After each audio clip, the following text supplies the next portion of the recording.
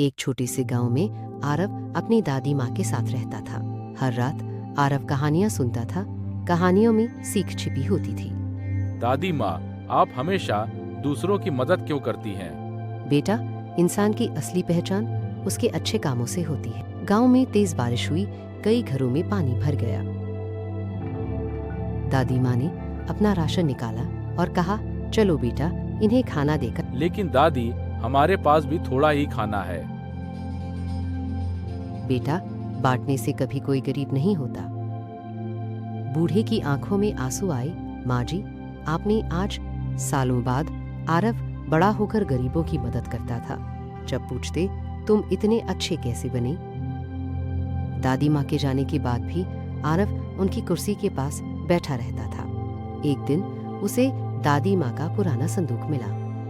Diary में दादी माँ की 2 पंक्तियां थीं, दिल मत दुखाना, जरूरतमंदों का सहारा बनना। अगले दिन स्कूल में उसने अपने दोस्त को फटे जूतों पर देखा। आरव ने उन बच्चों को रोका और अपने दोस्त को घर ले गया। उसने अपनी बचत से नए जूते खरीदे। दोस्त की आंखों में खुशी थी।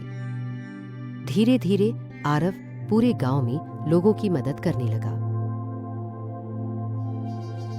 सरपंच ने कहा, अच्छे संस्कार इंसान को सबसे बड़ा बनाते हैं।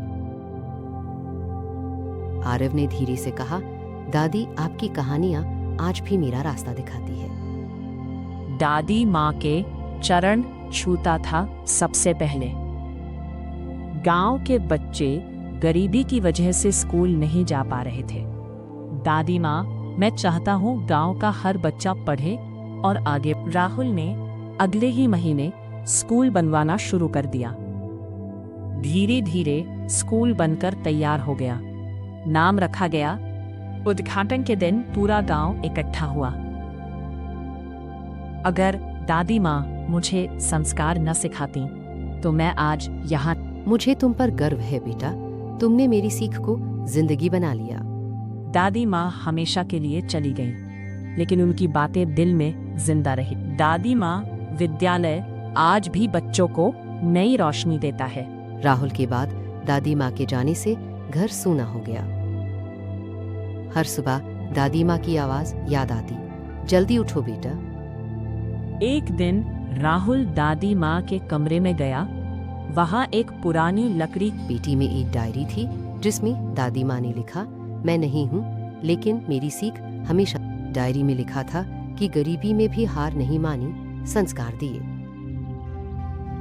उस दिन राहुल ने एक बड़ा फैसला लिया।